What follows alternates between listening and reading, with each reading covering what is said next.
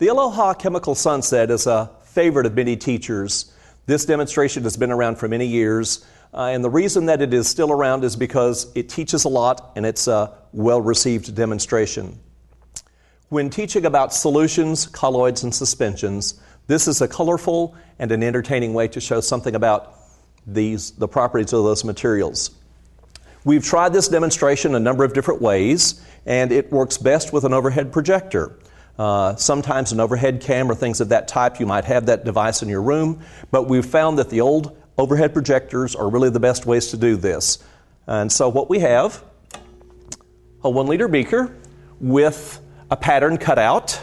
As artistic as you want to be, you can make your patterns as to whatever you would like to have there. I've had some students help to embellish mine a little bit. We're going to add some sodium thiosulfate solution, and the details will be in the accompanying paperwork with that. I've got about 400 milliliters of the sodium thiosulfate. And when I put this in, I asked my students to make some observations about this. And they're going to say things like, oh, I see some dark things that are floating around, and those are air bubbles. And we see that it's wiggling a little bit, and yes, that's the ripples on the surface. And then I ask them to observe a little more deeply, and they say, well, you can see through it. Very good. So we said that this was a solution, and one of the properties of solutions is that light passes through them. And we see the light passing through here. We can also take a laser beam, and if we pass the laser beam through here, you can see that the laser beam ends up on my hand, so it's not being blocked as it goes through that particular mixture, or that solution actually.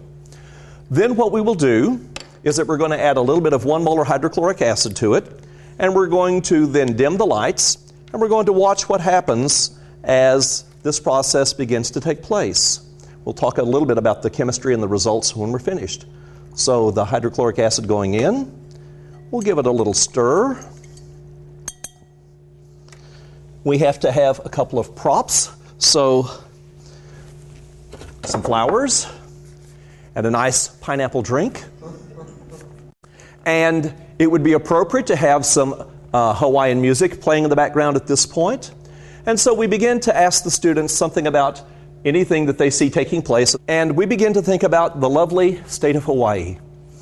Imagine that we're walking along the beach at about sunset, and as we're walking along, we begin to see some very faint colors begin to form in the sky. And as the students look at the container, they can begin to see some coloration taking place in the beaker, but only a slight amount of coloration taking place on our screen.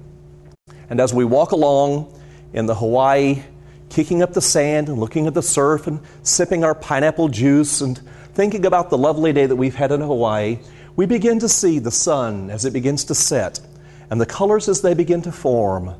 And you begin to think about the lovely day that you've had and the sand and the surf and the sun and the lovely, lovely day in the beautiful Aloha state of Hawaii. And we see all of these beautiful colors that are forming, coming from yellows to oranges to reds, and slowly fading out until it's completely dark. And that's the sunset process that we get with the Aloha sunset. Now, if we could have lights up, thank you. What we see now in the container that we started with, which was clear and colorless, and our laser beam passed easily through, now if we take this and we pass this through here, no longer does my hand shine through there. Let me turn the overhead off for a moment. And now there is no laser beam coming through, but perhaps you can see the beam of the laser coming through this mixture that we have. What we have done is that the sodium thiosulfate has reacted with the hydrochloric acid, and that has produced colloidal sulfur. So we have very, very, very fine particles of elemental sulfur that have formed in here, and that has blocked and clouded this process. If the particles were larger and would coagulate, we would then have a suspension. But this is actually a type of colloid that we have, and so we have that cloudy effect that's taking place there. Now, if we go to the blackboard for a moment, what we'll be able to see is just a quick illustration, and knowing that I'm not an artist, but why does the sunset appear orange and red when the sky appears to be blue during the day? And if we take a look at the Earth with the layer of atmosphere that's around that atmospheric layer, while seeming to be very large to us, is actually rather shallow. It's often alluded to as being about as thick as the skin of an apple would be on the apple in comparison to the air around the Earth. At high noon overhead, when the sun's rays are coming directly down through the Earth's atmosphere, it's coming through a relatively shallow layer. And as a result of that, the shorter wavelengths of the blues and those colors manage to get through the atmosphere. We see the sky as a blue color. Yet as the sun begins to set later and later and later into the day, what we begin to see is that the light then has to travel a much longer path through the atmosphere.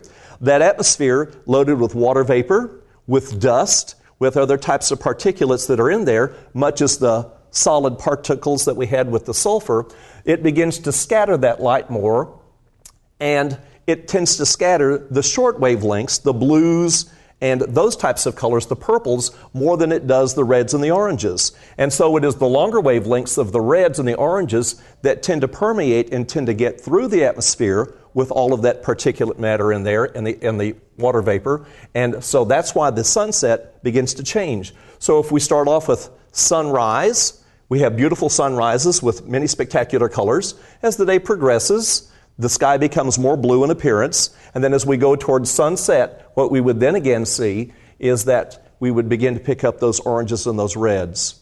So, a favorite demonstration, a nice quick way of showing something about solutions and colloids, the Aloha chemical sunset.